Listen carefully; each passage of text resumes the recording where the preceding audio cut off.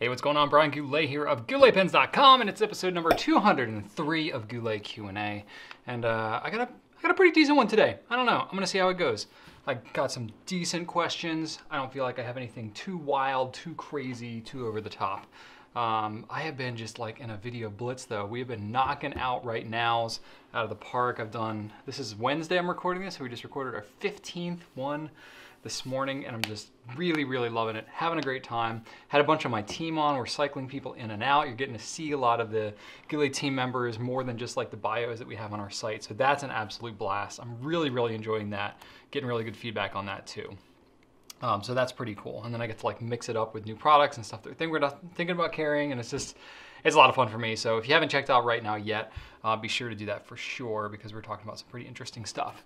In this past week, I got to do some really cool things. Like I took my daughter to this thing called the butterfly ball that we had at our church, and it was really fun. It was just like a father-daughter dance type thing. So it wasn't crazy. It was like maybe 20, kids / dads that were there. And my daughter's 6, and I guess they put it on for the first time last year, and we went. She had a blast. She takes dance classes, and she's like super into that. Just very much like wired that way. So she loved it. She was talking about it for like weeks ahead of time. And it's just really special to get to have like that father-daughter stuff together. And, they like played butterfly kisses, and she like danced while standing on my feet, like all the typical like kind of cliche father-daughter stuff, but I just absolutely ate it up. I loved it. I had such a good time. I was like smiling the entire time. Trying to dance with my daughter is an experience too, because she basically just wants to spin around in circles the whole time. And when I say spin around in circles, I mean like where she like holds on to my hands and I spin her around me. So it's kind of exhausting. It's basically 2 hours of that with eating cupcakes in between. Anyway, it was a lot of fun. And also we had some pretty cool news that happened. So back in November, we applied and took a survey with our whole team to get into the Richmond, Virginia. This is our local area here, top workplaces.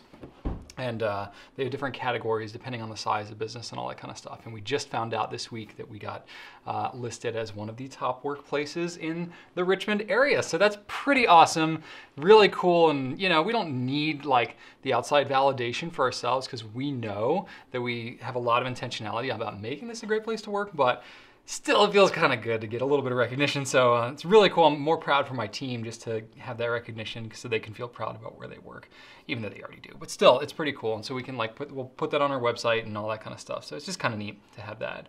Want to give a quick plug here for Goulet Nation. So this is the Facebook private group that we have. It's a private group, but we'll pretty much let you in.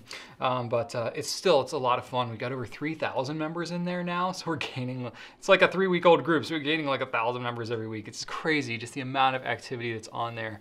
I think we've had, what is it, like 21,000 comments on there since the group started. It's just incredible. Just the number of posts, something like 100 posts a day are going up on this thing. It's just crazy. Super active, super great community, really good people. I'm diving in there and engaging, and it's just a lot of fun. So check that out if you happen to be a Facebooker. And then other things that we've had kind of come in the last week, we had the Monograppa Fortuna Blazer. Talked about this right now a little bit with Drew. And, I grabbed a different one off the shelf. I can say that, some of these will have a little more blue to them. Some of them will have a little more red or brown or kind of a yellowish tone. Purple, the color looks really different pen to pen. So I just this is one that I happen to have on here. And I really like the way these write too.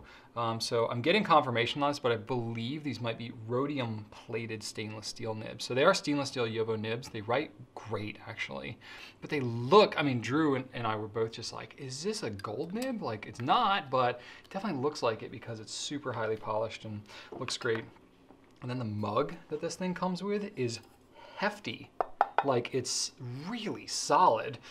So if you are familiar with the mug that came with the Copper Mule, which is a previous version of the Fortuna, it's even beefier than that. So very cool. And then we got in some larger pen cases from Girologio. So we got a 48 case, and then this insanely cool 96 pen case, which is, this is the one that wandered into my own personal collection. And the coolest thing about this, I'm gonna show you what this looks like, is you can open it up and have this amazingly large, I gotta like scoot back and show you in the video, this 96 pen display case, and you can even remove these flaps so that you don't, you know, have them in your way. It's basically like a suitcase for your pens, which is pretty cool. And then the 48 pen case is basically one of these minus the handles.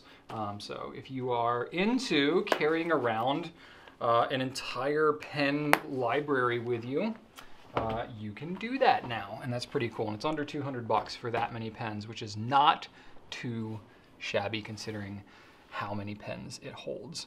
Got to do some really cool stuff. We got to meet Dante Del Vecchio once again. Had him a couple of years ago back at our old space. He got to see our new space for the first time because he was coming to the US, kind of doing a little US trip around the country to different retailers while he had the time. And sat down with us, got to see some of the new Peniter stuff, and got to shoot a video with him, so that's pretty cool.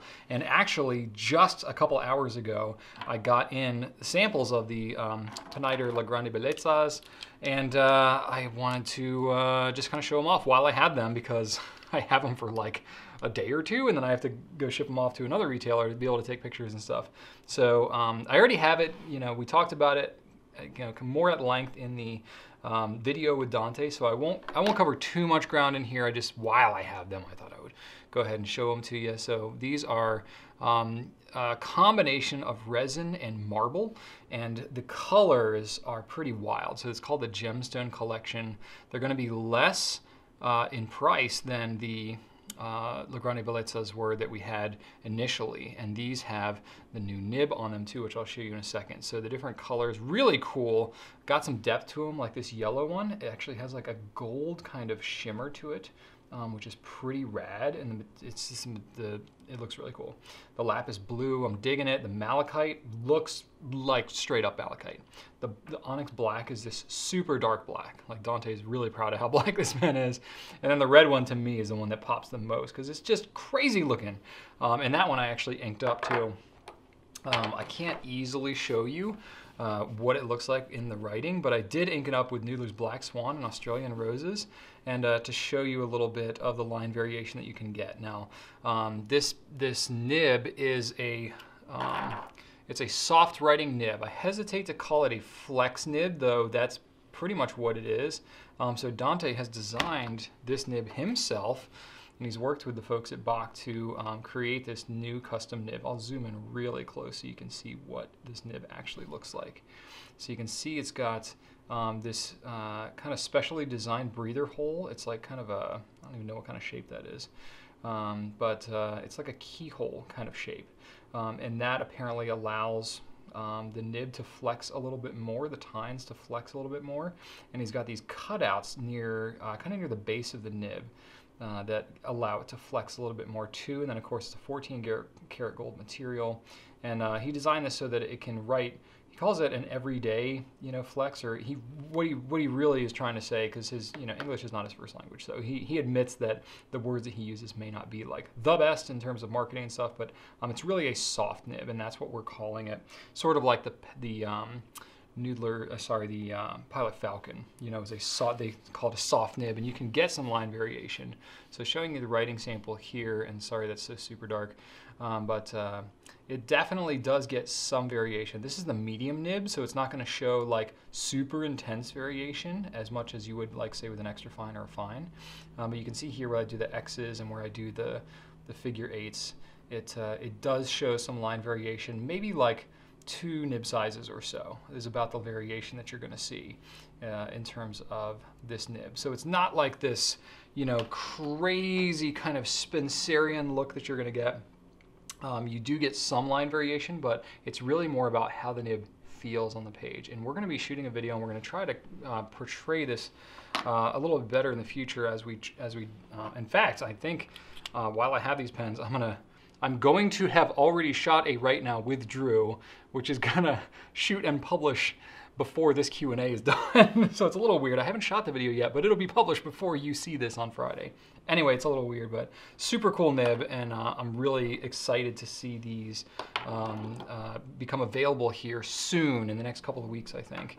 And then, of course, there's this crazy looking honeycomb pen, which I can show you, I guess, in a little closer detail maybe than what Dante was able to show in the video. But the honeycomb pen is just crazy looking. It's got holes in it. It's a holy pen. I mean, you can, I don't know what that means exactly. But let me see if I can find something like thin enough where I can stick it through here, like a paper clip or something maybe. There we go, I'll bend a paper clip. I mean, the pen has holes in it. It's just crazy. So you can be like, woo, it's like a, you know, like a magician here, sticking things through my pen. Cartridge converter pen because, you know, holes. And it's a really cool pen. It's just, I've never seen anything like it. It's not gonna be for everybody. It's definitely kind of a polarizing thing. Some people think it's hideous. I saw something on Reddit where somebody took a Jinhao and wrapped it in bubble wrap and said, "Oh, I love my new honeycomb." I was actually quite amused by that, but and they were good sports about it too. But there's Reddit for you. So those are the piniters that I have here. Just wanted to show them while I had them. Pretty excited to see what Dante's coming out with over there. What else have I got? The llama.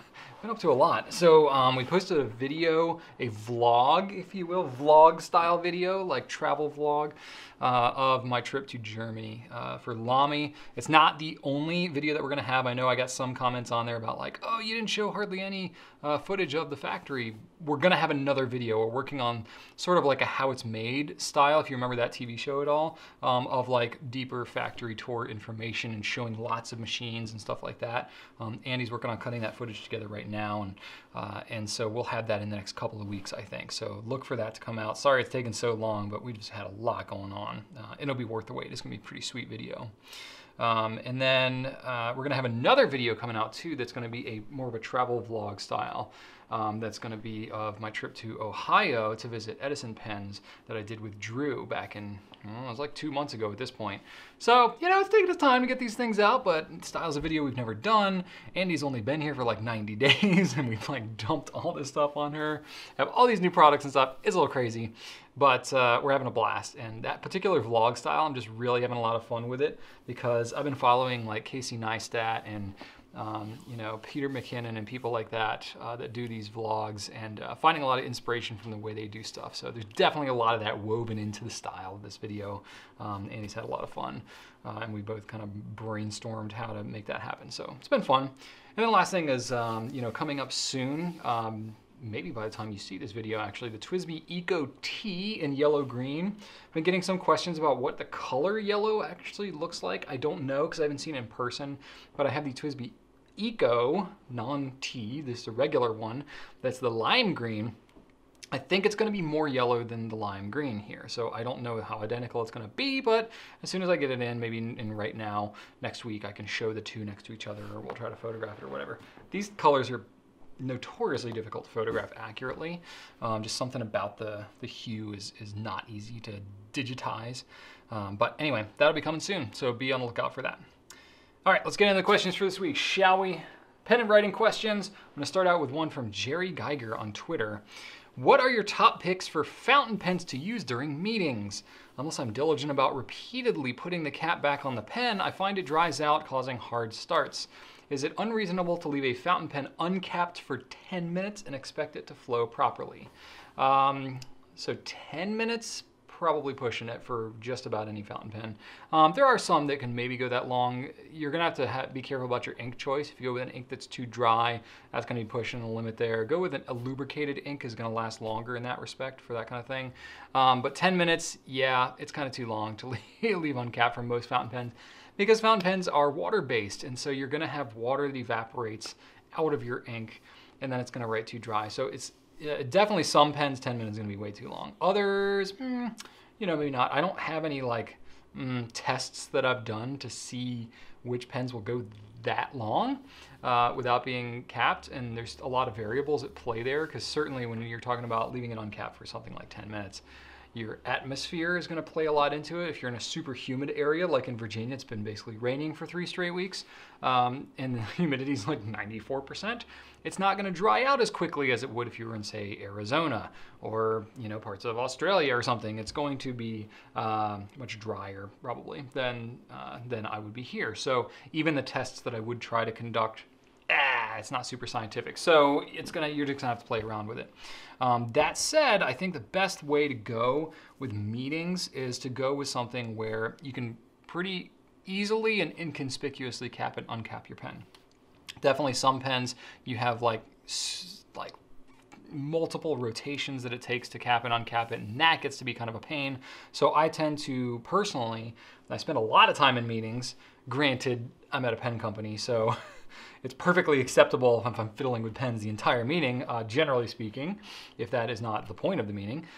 So I think that it's actually a little bit better to go with a pen that's like a snap cap or retractable or something where it's a relatively quick and easy way to cap and uncap the pen. Some of my favorites, my daily carry that I have at pretty much at all times is Visconti Homo Sapiens, which has what's called a hook-safe lock. It's a proprietary Visconti design, and it only has 1/5 of a rotation that it requires to uncap it. And so it's pretty easy. Cap and uncap, it's relatively quiet.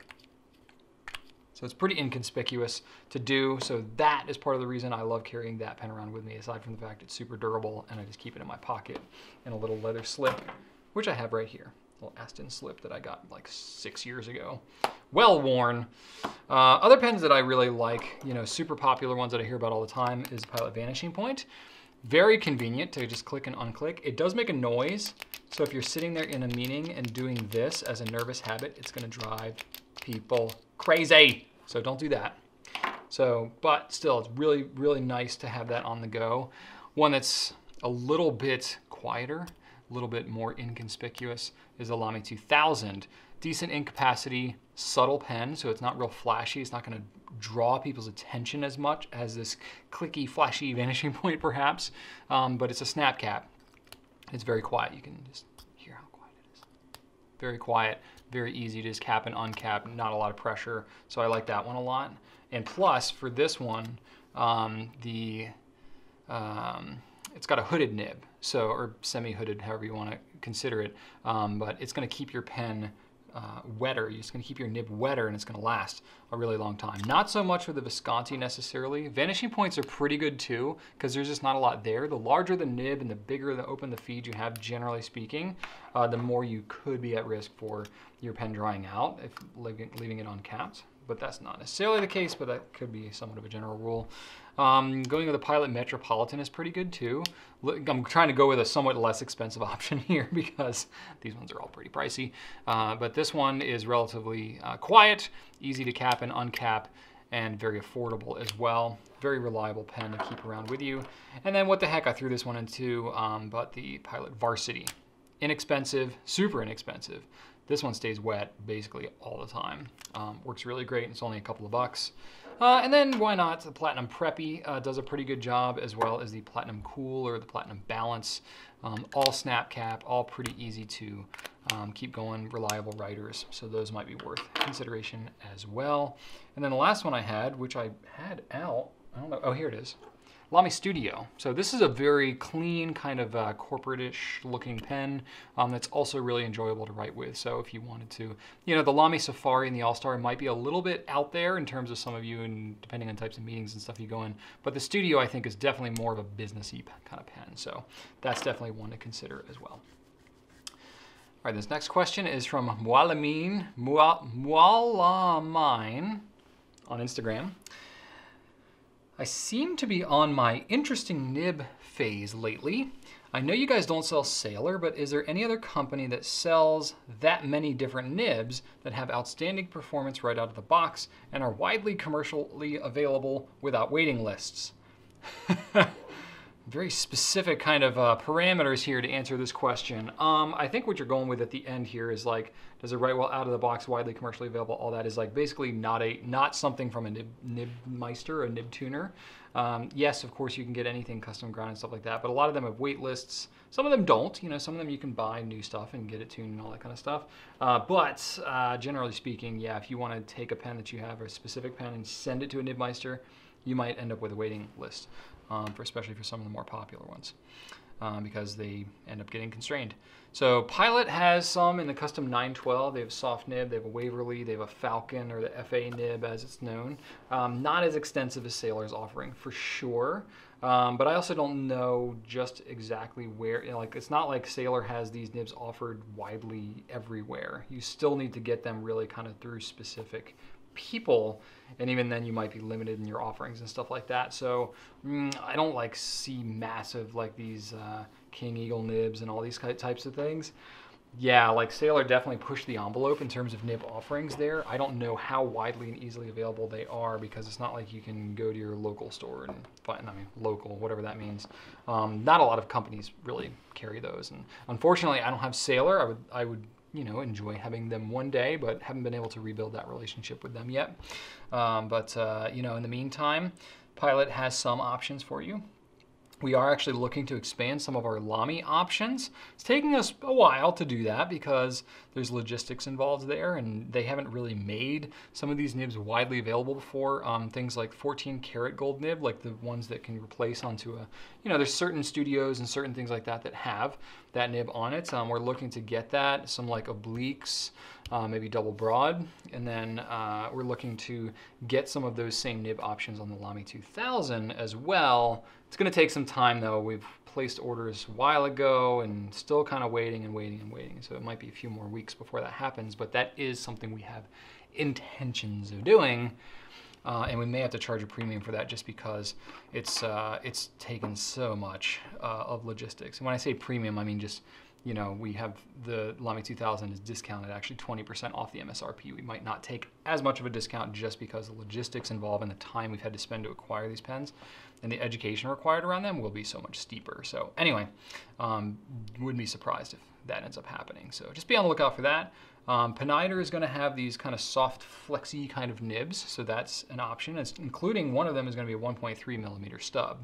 So it's kind of a different nib there, not a weird nib in terms of like this huge offering like what Sailor has. Yovo has a flex nib, so you can get that with Edison, or like a Franklin Christoph has them, and you know, we've explored getting them too. I don't know, I mean, I don't think that Yovo has like the production capacity for us to carry them yet, but we're kind of like on a waiting list, I guess, to be able to do Goulet branded ones. So we're thinking about that, that's kind of the best I got for you right now, aside from custom grinds and Nibmeister type stuff. But I hope that helps anyway. Next one is from thewincast on Twitter. When writing with a steel nib, is it normal to feel it conform to the way you write? I don't use pressure to force the nib at all, but the ink flow and feel of writing have changed since I got my pen new in a way that is more comfortable to me. Was wondering if this always happens. You know, it's interesting because people have different takes on, you know, how much a pen actually conforms to your writing, especially a steel nib pen. Is it normal for it to feel like it's conformed to you in a relatively short period of time? I don't know what time frame you're working on here, but I would say within the first like year, is it going to conform to you? Not too much, probably, quite honestly, because these nibs are, I mean, steel is a hard metal.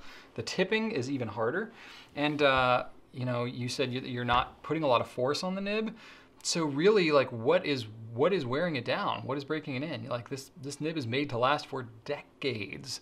So think about the life of a nib is, I don't know, a long time. You know, really, you're looking at decades. Of course, it depends on the quality of the tipping material and how much you write within, type of paper you use, and all these different factors. But, you know, say it lasts 20 years. I'm just going to throw that out, 20 years. Okay, if a nib lasts 20 years, then in that first month, you are only wearing or breaking it in for this much. I can't math right now, but what is it there? 12 months in a year times 20. What's 12 times 20? Oh my gosh, that's terrible. 240. So 1/240th of the life of that nib. How much is it really conforming to you? Not much, probably. So that's just kind of my opinion of it. I honestly feel that most people who are using new pens, steel, gold, or otherwise, are probably conforming more themselves and getting used to the pen and understanding how it writes, even subconsciously, than the nib is actually conforming to you and your style. You know, if you think about it, a nib is far less adjustable and forgiving than you are as a human, with your skin and your bones and your muscles and your own, all these like a zillion things going on in your body. Writing is actually an amazingly complex action. That's part of why writing is actually so beneficial, because it fires so many synapses in your brain. It's truly like an instrument. You know, like when you play a musical instrument or you use a writing implement or a paintbrush or whatever, it causes all these things to happen in your brain, which are really good because then your brain is working and you're doing cool stuff. It's way more likely that you are adapting to your pen than your pen is actually adapting to you. Now, there are some factors here that I could say, you know, like for sure, if you have you know, like parts of the pen, like if there's machining oils and stuff that are left in the pen, you know, it happens all the time with new things. That's why most manufacturers recommend that you actually clean and flush the pen, maybe with like a water and dish soap or something, to just get it cleaned out and get it going. Or like, you know, if something is not writing like 100% ideally, like give it a couple of weeks and try it out. We see that all the time. Sometimes pens are not writing like as people would like, especially if it's an ebonite feed pen, then and which is probably not the case for you here, unless you have a Noodler's pen, because that's the only steel nib pen with an ebonite feed that I can think of off the top of my head. Then you may end up kind of, you know, not so much changing the way the pen writes, but really just like, it's kind of like a break-in period. Like when you have a new car, it takes, you know, a few miles or whatever to get it to the parts to kind of settle in and get things working, flowing smoothly. And kind of the same thing happens when you have like a brand new pen. There's a little bit of a sort of a break-in period in terms of the flow. So that probably is more what you're dealing with, is either you're getting a combination of like you're subconsciously kind of getting used to the pen and it's actually flowing a little bit more properly. So that's kind of my take on it with the limited information I have. I could be completely wrong, but I think that's probably more what you got going on. But either way, I'm glad you're enjoying your pen more now than when you first got it, because I think that's just the best thing, when you kind of like start getting, you settle in, like it's like getting to know a friend. Like you meet somebody and you're like, hey, you seem pretty cool, and then you like hang out a few times and you're like, oh yeah, you get some inside jokes going on, you learn a little bit about each other, you start to gel a little bit, and you're like, yeah, this is cool, this is gonna be a good relationship. Feel like you kind of get the same thing with your pens, you know? I don't know, just kind of made that up on the fly, but that's what I got for you. All right, next question is from Laura53 on Instagram. Why do nibs have to be so long? Clearly, a long nib slit is needed to deliver adequate ink to the paper, but why does there need to be so much material above the nib slit? Is it an aesthetic thing, or does it serve a purpose? You know, it's interesting because there's all different kinds of nib designs out there. Largely, it is kind of aesthetic. A lot of it has to do not so much with the flow of ink, though that is certainly a factor, but it has to do with the rigidity and the flexibility and stuff like that. But it doesn't have to be a big, long nib. Case in point, two of the ones that I showed earlier in this very video, the Vanishing Point, Pilot Vanishing Point, and the Lamy 2000. So the Pilot Vanishing Point, I'll show you this one first, just because I already have it in my hands. Zoom in on this. So yeah, this would be a good example of, I mean, granted, you don't see it much, but this one, you have the breather hole is probably at the top quarter of the nib itself, and then you have the slit that goes from there, and then you have all this stuff on the back, which granted, this is hidden, you don't see it, but why does it all need to be there? I mean, technically, I guess it doesn't need to be. Really, all you need is a surface that mates up to the back of the feed so that the nib can then continue the process of capillary action to then get it to the page. Now, in the grand scheme of things, this is actually a pretty small amount of material. This is probably a little more than 1/2 of an inch, the entire length of this Vanishing Point nib, but it just proportionally looks like it's got a lot going on there. Very thin nib as well. The reason it's designed this way is because in order to fit into the action of the Vanishing Point, and fit through that little trap door that's there and everything. It's got to be kind of long to be able to make that happen. But then aesthetically, when you got it in there, you got more than half of the nib has actually got the slit and everything going on here. So that's one example. I think another one that I can show you that's even perhaps better than that is the Lamy 2000. So if I pull the Lamy 2000 out, it's actually a hooded nib. And if I pull this pen apart, because I don't have this one inked, so I can do that fairly easily. Pull it apart, it's just kind of a little bit of friction kind of set in there, and then I pull it out like this. Well there, the whole nib is just this tiny little thing. So more than half the nib has the slit on it. So that just goes to show you, you don't have to have this big long nib, such as, you know, what you would typically associate with a fountain pen like this Visconti Homo sapiens, which is you know, got, you know, I would say most nibs have probably the top third has the slit in it, and then the back, you know, bottom or whatever you want to call it is no slit. So part of that's aesthetic, part of that is because the way the nib is shaped, it has the proper amount of flexibility to it. I'm gonna zoom out so you're not looking at my mouth as I'm talking. The slit in the nib, as you can imagine, sacrifices a bit of the rigidity of the nib itself. So you always have to have a balance. If you have a pen like the Noodler's Nib Creeper, which I don't have on me, or the Noodler's Ahab or whatever, it's got a slit that goes all the way into the grip of the pen. And that allows the tines to flex like that. Well, if you don't have a proper design with a feed and all that that can handle that, that would be very problematic. Especially on something like a gold nib, that would be a complete mess because it would be way too soft and it would not write well at all. So you have that slit as part of the design of the pen, and the reason it is cut up to where it is because that was where it's been engineered and kind of calculated to allow the proper amount of flow and flexibility to those tines to allow it to actually still write properly. So it is very intentional the way that it's done there, for all different kinds of reasons that I can't even logistically get into that much because I'm no scientist, but that is pretty much what's going on. And then I think another factor too is, you know, when you have kind of a conventional pen, in order to have a grip that is, you know, of a certain diameter, you have to have the nib that's long enough to where you can hold it at, you know, kind of near a 45-degree angle. If I had, you know, a grip that was as large as something like the Visconti Homo sapiens, but I had this short, tiny little nib like you have on the Lamy 2000, well then what would end up happening is I wouldn't be able to hold the pen at a 45-degree angle. I would have to hold the pen almost straight up because I just wouldn't have enough room there. I would have this tiny little nib with this big fat grip section. Not only would it look kind of weird, but I wouldn't be able to hold it down as far as I need to. So you gotta have some length to the nib to be able to have it, you know, at the proper angle there. A pen like the Lamy 2000 or the Pilot Vanishing Point works this way because it tapers a lot. So I can hold it at a steeper angle, and actually the Lamy 2000 even has a cut into the grip of the pen so that, because the nib is so short, so that when you're holding it at an angle, the grip itself is not dragging on the page as you're writing. And the Vanishing Point has something kind of similar to it. If you see, it's got this kind of bend to it that allows you to hold it down at a proper angle and not hit it on the page. Other pens, if I didn't have that, you would be dragging on the page. So that's no good. And so yes, unless you wanted to have that specific style on every single pen, you need a longer nib in order to make that happen. So that's kind of why they've ended up being that way. But it does serve a purpose, believe it or not.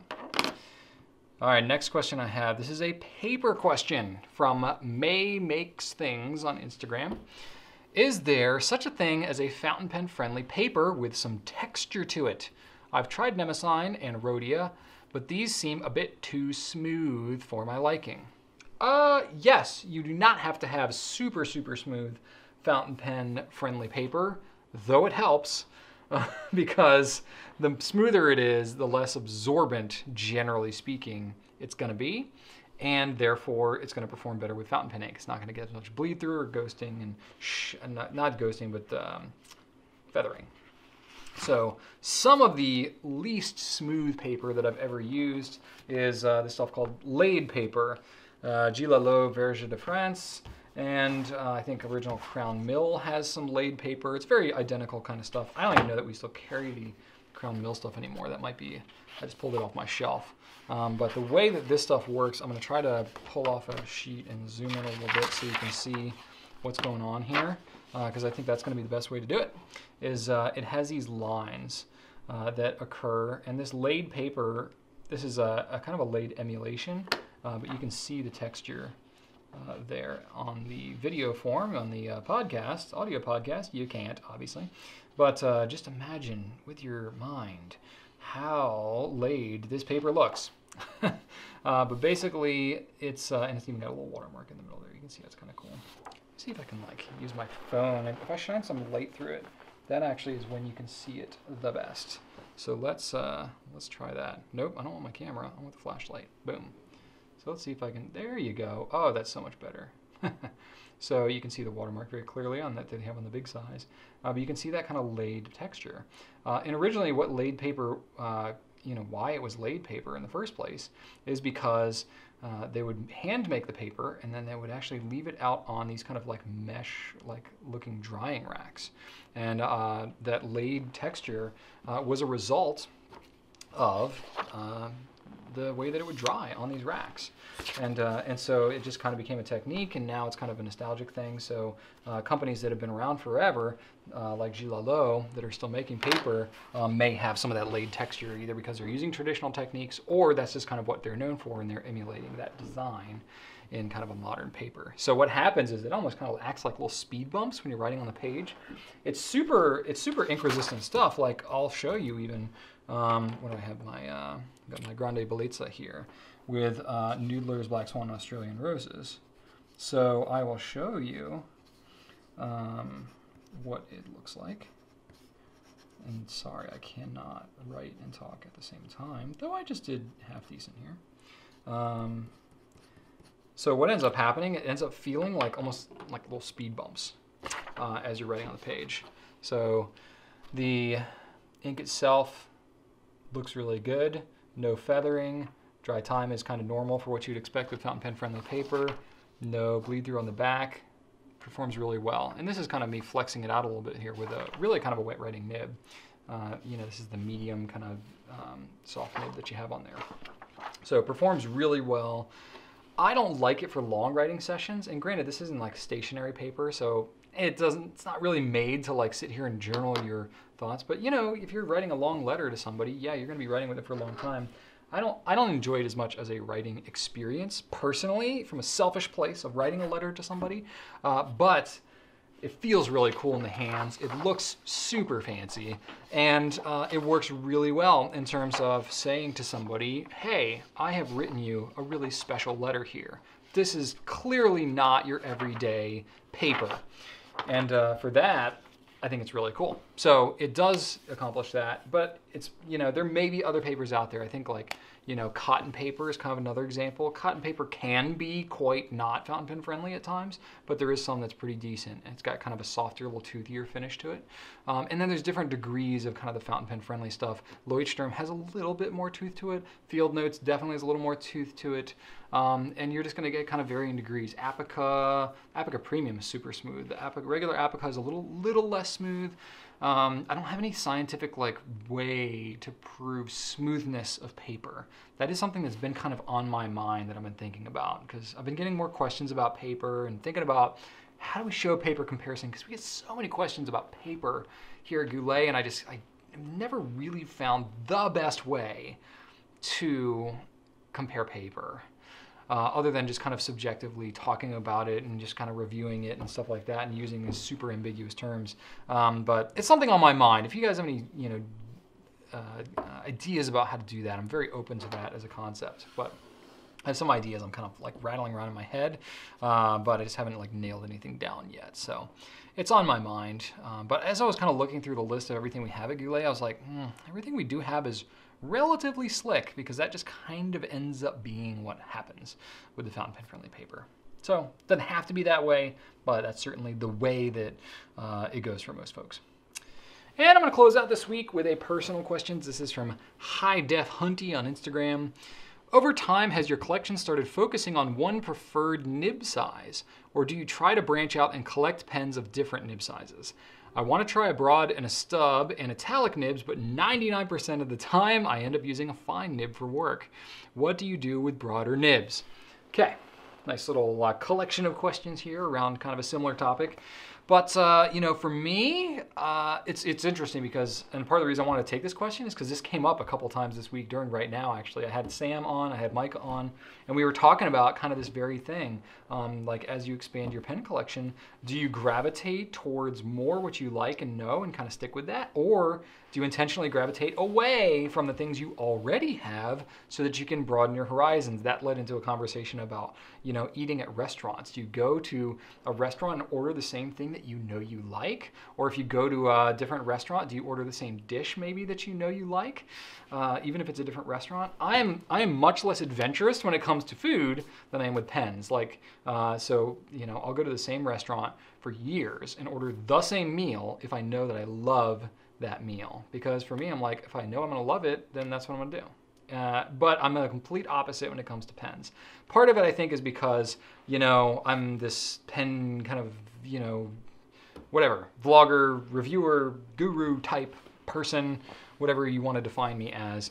But it's part of my job is to know all the different pens. And, you know, we have a tool called the Nib Nook on our site. I actually just counted up the other day with Rachel. We counted up, I think it's like, how many was it? It was like 362 different nibs or something across all the different pens. Some pens have identical nibs, like the Metropolitan nib is the same as what's on the Prera and so forth. But of the actual completely different nib and nib sizes of the different ones, I think it's somewhere around 362. And I've done a Nib Nook writing sample on our site for every single one of those. So I've used no less than 362 different unique nibs, which is kind of interesting. And so, yes, I have a lot of experience with that. And so for me, I like to have a very diverse group of nibs. Like, you know, for example, like I've gotten to the point now where like every exclusive pen that we'll carry, I will make sure that I hold one back for my collection and posterity. And, you know, so I can pull out, you know, random older pens like the, you know, like the Pilot Vanishing Point Twilight here. You know, this was a limited edition from a couple of years ago. Which year was this? Was this 2015? Oh my gosh, has it been 3 years since the Twilight? Where the heck is the time going? But anyway, I kept that pen, and now I have it. And so, duh, kind of an obvious statement, but, you know, especially for Goulet exclusive products, like, you know, for example, like the Conklin Classic that we have. We have 3 different colors of that pen, so I wanted one of each color. And I took, you know, a variety of nib sizes. You know, it's like, yes, I know what nib I'm probably going to end up using the most. And maybe this is just a part of my having a pretty extensive collection that is beyond the normal, you know, number of pens that somebody would likely ever have. So for me, I'm kind of like, okay, if I want a good fine nib, I have a number of pens that I can use in a good fine nib. So yeah, I'm gonna get a broad on my TWSBI Eco Yellow, Eco T Yellow Green. I'm gonna get a broad because I think this line might also be a broad. I tend to get, no, this is a fine. Okay, so I have a fine on this one. So I'm like, yeah, I'm gonna go broad on the next one. Next one I might be like, yeah, let's get a 1.1. Let's get a medium. Why not? Mix it up. You know, so like when I got the Conklin Classic, I got one in an extra fine. I got one in a broad and one in a 1.1. Boom. Now granted, there's a Goulet nibs on them. I already have Goulet nibs on everything else, so I'm just like, let's spread it around, whatever. So it's a little bit different for my situation, probably, than most people. But even from the beginning, think about like before I had just this ridiculous, like so far down the rabbit hole I can never come back out of it kind of situation with my pen collection. When I had a very limited offering, like I'm talking like first couple of months that I was into pens. In fact, the first order that I ever placed for fountain pens was to get a variety of nib experiences. So I had ordered like a Lamy Joy with a 1.1. I'd ordered a Quaco Classic Sport with an extra fine. I had ordered, I think, a Pelican Script that had a 1.0 stub. I had ordered something else that had a fine nib on it. So I got kind of a variety, even like from the very first pen order that I'd ever done. I think partly because for me, the journey has always been the reward. Like the end goal has been to learn and expand my own experience. And that's just, I've never given that up. So but it's interesting. I don't think that's the case for everybody. In fact, I think it's probably the opposite for most people.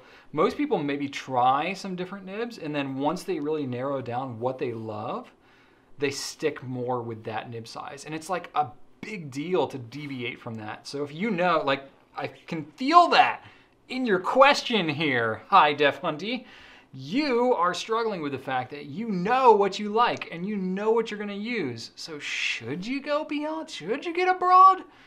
I don't know, that's really gonna be up to you. And it's gonna depend on what kind of pen you're looking at. If you're looking at an Eco T that costs you $29, and I don't know where you're at in life, maybe $29 is a huge commitment for you and you can't risk it. So you're gonna go with your fine because you know it's what you're gonna love. Maybe $29 to you is pocket money, so it's not a big deal. That might be the place for you to get a broad. And then if you don't love it, you know, especially for something like an Eco T, it's gonna be a limited color, you can probably flip that thing for what you paid for it 6 months from now. So pretty low risk, right? So you could get a broad for that, try it out. If you find that you just don't use it at all, you sell it, get rid of it, and you can recoup all that money back and you'll be in pretty good shape. So that's what I would advise for you. If you're toying with the idea of it, you know, maybe see if you have a friend that has a broad nib, or see if you can get a pen that's super cheap that has a broad nib. Most of the pens that I'm thinking that are super cheap don't have a broad nib available. I'm thinking like a Platinum Preppy or like a Varsity or a Metropolitan or something. Most of them don't have broad nibs available, so maybe that's terrible advice for you because I'm telling you something you can't even do. But you know, say if you have a Lamy Safari or something, you want to get a broad, you know, replacement nib. That's pretty minimal, you know, in terms of investment, and you know, so you got some options here. I personally, you know, part of the joy and part of the experience for me clearly is to get to try different stuff and get to expand your own experience. What I end up using broader nibs for, because you know, I work too, and granted, I'm surrounded by fountain pen friendly paper, so I'm probably a little more spoiled than most people, but I still sign regular things and I get papers that are sent to me and I'm signing, you know, regular everyday paper too. So a broad nib is not super practical for everything. What I tend to use broader nibs for is when I'm playing with ink, trying to get good shading and writing correspondence and stuff like that. Like if I'm signing Goulet note cards, and I'm looking for some right here. So if I'm signing thank you notes, you know, for you know, the orders that we send out, we always do a thank you note. So when I'm writing some of those, I will use broader nibs. If I'm doing like personal correspondence, it depends. If I'm trying to cram a lot into one sheet, a broader nib is probably not ideal, but still I usually want to try and show off the ink. So when I'm writing personal correspondence, I'll use something like an Emerald of Chivor ink with some sparkle and some sheen, or maybe a Organic Studio Nitrogen or something that's just like, wow, really impressive and pops off the page, because that just adds an element of wow to the letters that people might receive from me. Then I will use a broader nib, you know, on paper that can specifically handle it.